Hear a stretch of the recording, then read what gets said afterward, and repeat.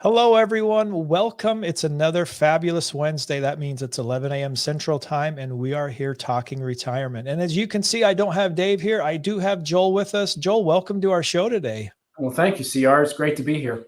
We love having you on the show, Joel. I've had you on many times, and we've even had you on podcasts. We're really taking advantage of having you around. Oh, that's okay. Once we do these things, we get more cookie time with Dave. So that's always great.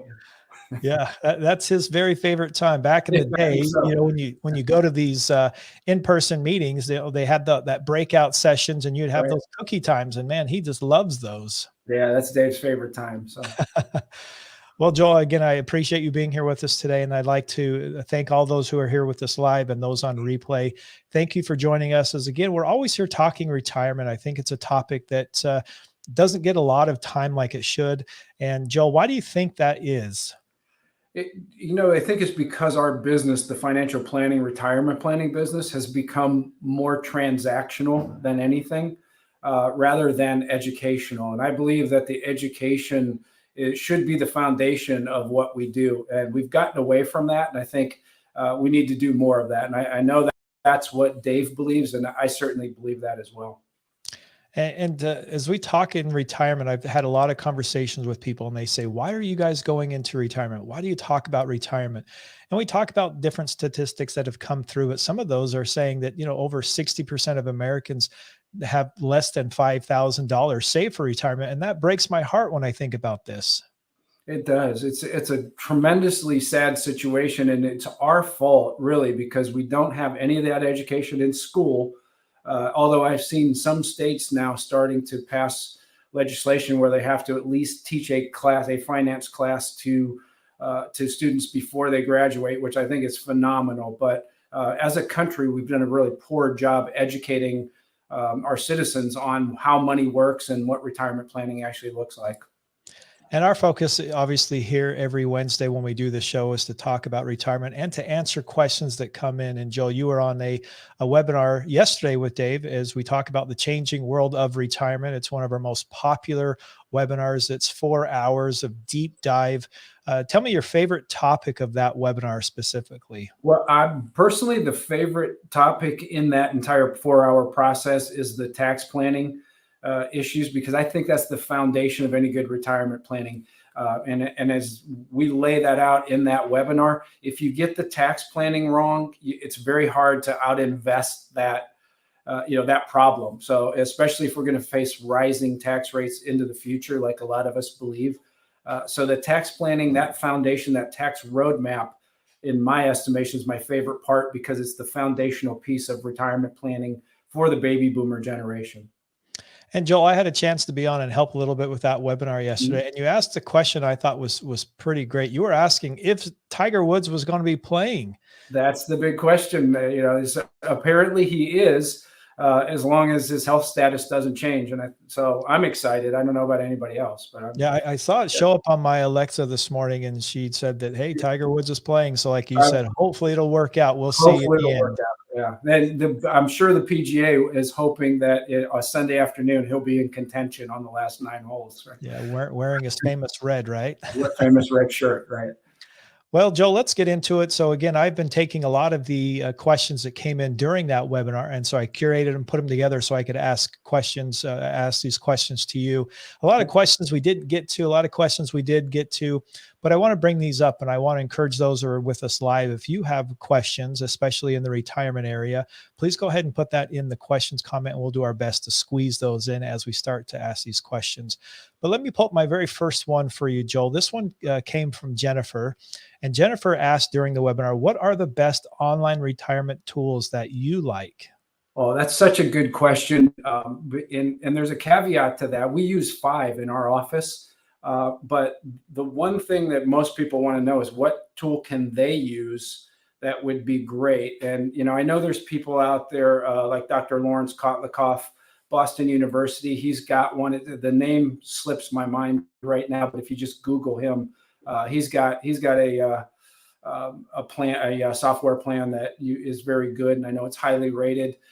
But this is the caveat that I always tell people: those software programs are only as good as the input that goes into them. And then all those programs, no matter what you use, has a bias to it. So they may be biased towards equities, they may be biased towards insurance products. Again, that's where the kind of the art of financial planning comes in, is to understand what those biases are and how to use that software properly. So the input, number one, is important.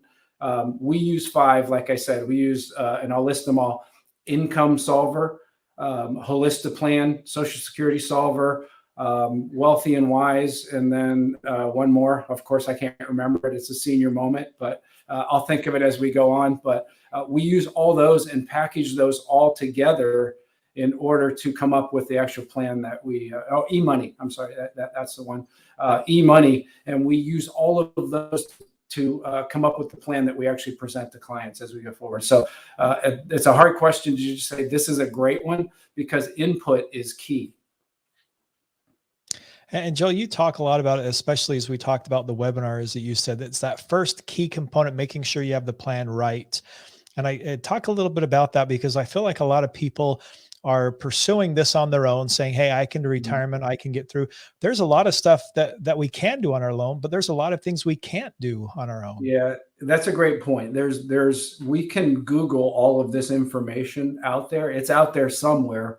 It depends on, how much time you want to put into it, and how much you like it. Actually, most people watching the program today have another job or another line of work. So the last thing they really want to do is spend 15, 20 hours a week studying tax law and so forth. So it's out there. The question is, do you have the ability to discern what's right in your particular situation? So, and that's the tough part. And I think that's the value we add to, our clients' lives anyways, as we help them wade through all the information out of there and boil it down to what they actually need to implement in their personal financial plan. And Dave always talks about, it's not what we know that hurts us, it's what we don't know that ends up hurting us, especially as we talk about retirement. Yeah. You don't know what you don't know. So if there's anyone out there that can actually, show you your blind spots and kind of speak into those and layer in again some of the strategies that we go over in that webinar, then it actually it makes your financial life much easier and much better. You can lay your head on the pillow at night knowing you're doing the right thing. Yeah, I love that. And that's why you're here, because we want to make sure we continually go after the right thing. It's very easy. I get in conversations all the time with different people around where I live in Atlanta, and we talk about financial planners, and most of them say they're just driven by commission. But I think, as we've talked about with you several times, we're here to do the right thing. And that makes such a world of a difference. And that's where the education comes in. And sometimes people get frustrated with all the education we do, but it allows them to we deal with very smart people, highly educated people. But again, you don't know what you don't know. So the educational process allows them to see all the pros and cons, which they should. And we should do that for them as fiduciaries. We should go through the gamut of options that they have out there, not just one or two that we would get paid on, which I think is what most people feel. And we should show them the gamut of opportunity out there, the pros and cons of all of those opportunities. And then they're smart enough to make educated decisions on what's best for their personal financial life. And I appreciate that. And one of the smartest people that I constantly talk to and say hi to is Gary here. Gary's joining us from San Francisco. So he's saying a good morning to you as well, Joe. Good morning, Gary. So Joel, as we continue to get into this, I do want to bring up my next one that I have here from Sean. And Sean was asking during the webinar, does the accumulation of Roth get taxed? That's a very confusing issue for a lot of people, because we're talking about two different things. So number one, the first step is to realize that whatever you contribute to that Roth IRA is always accessible to you tax-free and penalty-free, simply because you've already paid tax on that money. You've satisfied Uncle Sam on the tax due. So there's no reason for them to tax or penalize you to pull that out. It's the growth on that money that is the very confusing part. So if you contributed to this afternoon, you contributed $7,000 to a Roth IRA, and then tomorrow morning the roof got a hole in it, and you had to fix that hole, and it was a $7,000 bill. You can pull all $7,000 back out tomorrow without tax or penalty. However, if that account grew to $7,001, that $1 of growth would be subject to the tax and the penalty. So the caveats there is you have to be 59 and a half and have held that Roth IRA for 5 years or more in order for the growth not to be taxed or penalized when you pull it back out. So what you're saying is if we're putting money into these areas that we need to make sure we're leaving them there for quite some time and not just trying to quickly dump and then get some money back in return. Absolutely. There's still technically retirement plans, even though there is an element of liquidity to them. The government still treats them as a retirement plan, and that's what they want us to use them for. Well, great. Thank you so much. Let's jump back to my next question here. I've got one from Brandy. And this one is in systematic risk where different types of stocks went down across the board. How did other investments fare? We're talking real estate, precious metals, etc. Do they all fall at the same rate as stocks? Well, we cover that in length on the Changing World of Retirement webinar. So we talk about systematic risk, and that's what happened in 2008. So the real estate market was actually the first domino to fall. And I always mention this, but if you watch a movie called The Big Short, it details that out very well. What actually happened during that time. I think it's Steve Carell and Bradley Cooper are in that movie. So it's not a couple of A-list celebrities. So it's not a dry, boring movie, but but it's actually pretty entertaining and pretty accurate. So real estate market fell first. That triggered the stock market and then the economy to go down all pretty much at the same time. Gold fell severely during that time, along with precious metals. So all assets fell during that time. It's kind of the definition of what systematic risk is. Gold did make a recovery in 2009, along with the S&P 500. So if you bought at the bottom of that period of time, you were smart enough to do that. You did get a recovery into 2009 and 10, but all assets fell. So it really didn't matter where you were. And it doesn't matter where you are in systematic risk situation because all assets will fall at the same time.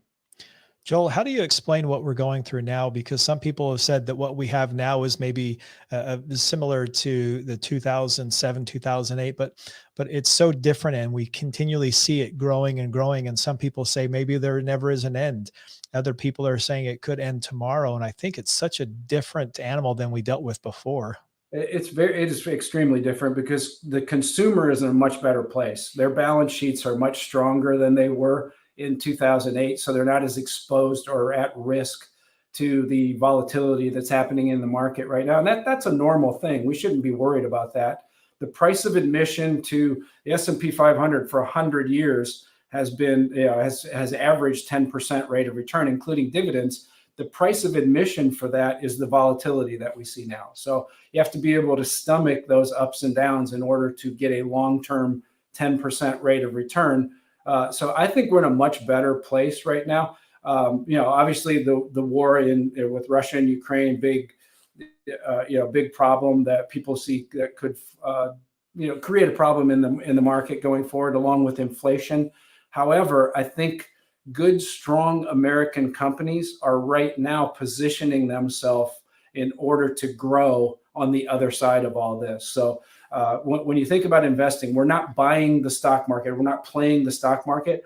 We're buying strong American companies that will actually continue to do business and be prosperous into the future. So there's a huge difference in that thought process. And then, again, we want to take the other side, the risks off the table. Some of the things we talk about, creating guaranteed income going forward, which the short term, we're going to see those risks, the ups and downs. So if we have guaranteed income and healthy cash positions in order to offset any of the short-term volatility, we're going to be fine. We're going to be bulletproof as far as retirement planning goes. And Joel, I do want to talk about that as you brought up those ups and downs and make sure that we stay afloat. And one of the other things I want to bring up is you've mentioned before about 2020 and how Amazon positioned themselves perfectly. So when the pandemic hit, everyone kind of went that direction and they were completely set up. And so you talk about this is the kind of the American dream or the American business. They're trying to set themselves up in a position. But as we look at this, how do we make sure that we stay afloat and we're not constantly going up and down with that market as well? That is the key point in retirement planning, because Most of us, when we're working, we don't like to see it, but we don't mind the ups and downs as much because we have a time horizon that is going to actually take us through all those ups and downs. And ultimately, again, if we have patience, we're going to see that 8, 9, 10% rate of return. But in the short term, again, have to have a healthy emergency reserve fund, a healthy cash position, and they have to take some steps to create guaranteed income as we approach retirement so that we're not dependent on those volatile assets during the time that volatility is actually happening. And I want to jump over real quick. Gary's asking a question here. I'm hoping I can get it popped up here. Gary's saying, Tom Hagna briefly mentioned the laddered annuities and wants to know if you can please explain the benefits of the laddering annuities owned by a Roth IRA by chance. Really good question, Gary. So in my estimation, the perfect place to own an annuity for income purposes would be in a Roth IRA. The laddering part of that would be that you would buy them with the thought of turning on that income as more income is needed, maybe due to inflation, the increased cost of living, maybe medical expenses as you get older. So you might have 5 different annuities inside that Roth IRA, but with the plan of turning each of them on every 3 years or 5 years, or as you need more income throughout the course of your retirement years. And I like that you bring up this, even with the annuities. I mean, that's one way where, again, we could really kind of fight this volatile market in a way that, as long as we have the right products. I think there's a lot of people who've been burned in the past, but I think this has kind of evolved over time, and especially those who have been taught wisely by those financial advisors they've worked with are doing quite well now in this area. And that goes back to all the information's out there. You just have to understand what's appropriate for your position. There are thousands of insurance companies, and most of them have an annuity. They're not all created equal. So our job is to help our clients and the people that we educate and work with sift through all the irrelevant companies that they don't want to use and get to those group of companies that are actually going to benefit them, and then use their products because it's actually a good thing in their personal financial life. I love that. Let's get over to Mark here now. Mark was asking, can you do a Roth conversion for more money than your AGI for the tax year? Can you do a Roth conversion if you don't have any earned income in a tax year? Yeah. So the answer in both cases is yes. That's the good news. So Roth conversions we utilize as a financial planning tool all the time. We think they're one of the most important things that we can help and educate our clients about. So you do not need income, and it doesn't matter how much you want to convert for the year. However, the caveat is the price mission for that conversion is you have to pay the tax when you do it. So you can convert everything you own in a tax-deferred investment to a Roth IRA in 1 year. However, you have to be willing to ante up those tax dollars. And is it true, Joel, that anything with the word Roth in it is pretty good? That's my opinion. I mean, you might have some people out there that would disagree with that, but I think if no matter what happens in our country, if you get a pile of tax-free dollars into a Roth account and you look back 5 or 10 years from now, I think you're going to be extremely happy that you did that. What if I'm at my job and I'm putting money into my 401k, but they don't have any Roth option? Is there something I can do in order to make that work? Yeah, there is. And there might be an extra hoop that you have to jump through. The first thing that we do with all of the people that we work with is get on a 3-way call with their plan administrator, whether it be Fidelity or Vanguard or T. Rowe Price, and ask them what rules exist in the plan, and are they allowed to maybe roll some of those plan dollars out to a personal IRA. Then they can make the Roth conversion from that personal IRA moving forward. I like that. Well, let's jump over to Lillian. I'm trying to get through a number of these here because I know we only have about 10 more minutes left. Lillian saying, to get the employer match on my 401k, do I need to contribute to the traditional, or will I still get the match if I only contribute to the Roth? Now, again, the good news is you can you can make all your contributions to the Roth portion of that 401k. However, they will still match their company portion into the pre-tax or the traditional 401k. But it's great to be able to get all those contribution dollars and the growth going forward into that Roth portion, because again, you've satisfied your partner, the IRS, and you never have to pay tax on those dollars again. And I like the emphasis on the growth there, because I think that's the one key component that we need to continually discuss as we get into this. Yeah, absolutely. Because you can put 27,000, if you're over 50 years of age, you can put $27,000 of contribution dollars into a Roth 401k. That's a great way to get a boatload of money into that tax-free bucket in a short period of time. And let me jump back over here. I've got another question that came in. Tom Hagna frequently and cheerfully exclaims that he owns 11 different annuities. What is your opinion on the number of new annuities owned, perhaps even sharing your own experience? So we actually own an annuity in my household. So I do believe in annuities. Tom is a big proponent of annuities, and he's a very smart guy. I don't think he would buy 11 new annuities if it was to his detriment. But he's also very upfront about the fact that you should be well diversified and have asset allocation existing in your own financial plan. I think he's actually on record of saying he owns some Bitcoin now. So which is a huge admission for a guy with an insurance background. But he really he believes in annuities. I believe in annuities, and as long as they're done appropriately. But you also have to balance that out with equities and other forms of assets that will round out your portfolio. And you talk about diversifying, and one of the things I wanted to bring up too is because there's so much controversy over cryptocurrency and over real estate. A lot of times it seems like those are easy wins for somebody that's maybe toward the end, getting toward retirement, and they think, "Oh, this is a great way. I can rebound because I've done such a poor job in my 40s and 50s, so I want to hurry and jump up there." What do you say to those people who are kind of in that area, trying to quickly maximize on these areas? Yeah, I rarely caution them because I think they might have a better chance playing the lottery if if it comes down to that. But if I were to pick, if we look back on our client base and look at our most successful clients, many of them own real estate, and it's not flipping houses; it's rental real estate. So if I were to pick between the two, the cryptocurrency and the real estate, I would probably guide people more towards the real estate side than the cryptocurrency.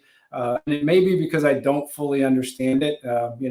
I'm an older guy, and I haven't quite figured out what the actual underlying value of cryptocurrency is and how that works. So I can get my hands on the front porch of a house, and I know what that's worth. So. And then you get into NFTs and everything else, and Oh my everything is goodness, so yeah. volatile. So the moment we're in it, you may not understand it so quickly. And it comes down to I don't want to belabor the point, but it comes down to whether it's a speculative asset or a productive asset. And NFTs, cryptocurrency, artwork, gold, any precious metals, they're speculative assets. The only way that you can create income off of those assets is to sell out of them. All right. And Warren Buffett tells us, no, we never want to sell up our assets because they're gone forever and they can never do anything for us from that point on. So much more apt to use productive assets like real estate or equities, or create that guaranteed income with annuities or insurance products. And I don't want to get past the underlying idea that we talk about is really diversifying your assets. And I think that's the one thing Absolutely. you're getting at is making sure, because I've had a lot of conversations also with people saying, well, I've got Social Security, so I'm set. And I said, well, that's 40% of your retirement. What are you going to do for the rest? Yeah. And Right. they don't realize, because as we look at this, longevity kicks in, and if you're relying on Social Security alone, we're in big trouble. And that's something that we have to get across here as we talk about retirement education, is there's much more than Social Security. Yeah, and there is a bit, but however, we want to make sure we're maximizing Social Security because it's still a highly favored asset in the tax process. So we want that to be the highest possible percentage of your guaranteed income in retirement as possible. But then we have to look outside of that, because to your point, CR, it's not going to produce enough income to live off of in retirement, especially in an environment where we're seeing 7.5%, 8% rates of inflation, and we don't know how long that's going to last. And let me pull up a question here from John that does talk about Social Security benefits. John's asking, if one spouse earns less than the other, but is still working and we plan to work past full retirement age, should the lower earner spouse still start Social Security benefits at age of full retirement age? I'm going to give the worst answer possible, CR. It depends, right? It depends on what the actual personal situation there is when we look at Social Security in our firm, we'll look at the top 5 or 10 claiming strategies and then make that determination. So, but as a general rule, you want the higher income earner to delay until age 70, if at all possible, because when that first spouse dies, the second spouse keeps the higher of those two Social Security checks, so that protects the other spouse going forward. So, as a general rule, we want the higher earning spouse to defer until 70. But the answer to this particular question would be it depends on some other things in their financial picture. And Dave and I have had several conversations when we get into Social Security because everyone's claiming at different times, different phases in their life. But I like that you bring up the same thing that Dave and I always come to, is that you got to have a conversation with your spouse, because at some point it may seem like it's an appropriate time to take Social Security, but you're hurting yourself if you take it too early. And there's other things to look at. And I like that you're talking about this. And I think that Dave always mentions the most popular age to take Social Security is 62, and that's usually the wrong age to take it. So, we can get Social Security's claiming strategies correct in a vacuum. However, again, during the Changing World of Retirement webinar, we talk about the taxation of Social Security. So, if we get the claiming strategy correct, but we don't fix the fact that it's going to be taxed in perpetuity, it really doesn't matter what your claiming strategy is, because you're going to lose all that advantage to taxation going forward. That's very true. And I just want to bring this up here real quick, Joel. We're going to pop this up on the screen here. Is don't forget that the Changing World of Retirement, that's the one you were recently on yesterday, and you'll be on again next month as we talk about, as we get into retirement. But I want people to be reminded about how important this webinar is. I mean, it's 4 hours packed of retirement information. And I think it seems overwhelming when you talk about it at 4 hours. But I think, Joel, when you teach it, you're saying, man, I could go longer than 4 hours because there's so much information. Yeah, absolutely. We do that class live in person, and we're going to do it at the end of this month twice. And we do it over 2 nights, 3 hours per night, same information. So we're actually teaching it for 6 hours. So we're cramming a lot in 4 hours there. It always seems like there's so much more to say when the 4 hours is up. But it's a tremendous primer to what people actually need to know as they move into and through retirement. And we've just got time. I see if we can get one more question in here. This one's from Sherry. And I think I even asked this one to you yesterday, Joel. And Sherry was asking, what is the maximum contribution that you can make on a Roth IRA when you are 64? So the good news is that Sherry's 64, so she gets to take advantage of the catch-up contribution. At 64, assuming that she still has income, she can contribute $7,000 into that Roth IRA. If in fact she's married and has a spouse and they have at least $14,000, one of them, between the two, then both spouses can put $7,000 into that to the Roth IRAs for a total of $14,000. What's the biggest mistake as we start to look into this, as people are talking about maximizing their contributions in this area? Yeah, I think people think that they're too late. That's the biggest mistake that I hear people talking about. Oh, it's too late for me. I can't make a dent in this situation. Start today and layer some of the strategies that we've discussed in today and we discuss in that Changing World of Retirement webinar into your personal situation, and you can move the needle tremendously going forward. So I think that's the biggest thing. People feel they're behind the 8 ball and they're too late. But the answer is you're never too late. If you start today, you can move the needle quite a bit. And Joel, I have many more questions for you. We're out of time. And I know that we have a lot of people that may not have joined us live, but they are on replay. So thank you for being here. And I do want to remind you, if you were part of that webinar and, or if you are interested, I'm going to put Joel's link right now.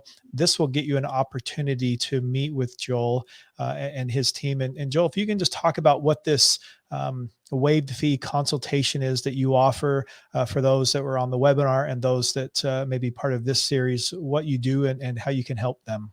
The first thing we do is we want to get everyone's questions answered. So the first part of that waived fee consultation is asking them what their big questions are, and then addressing those and answering those so that they get value out of that time that we spend together. And then we'll walk them through some of the concepts that we talk about in the Changing World of Retirement webinar in a obviously shorter period of time, but talk about the tax planning, the income planning, and then how those marry together so that they're in a better position moving forward, and they'll get value out of the time we spend together. So, and that's the greatest thing we want to happen, is that they get some education and some value out of that time we spend together, so they can take that, whether they work with us or someone else, they can take that and put themselves in a better position moving forward.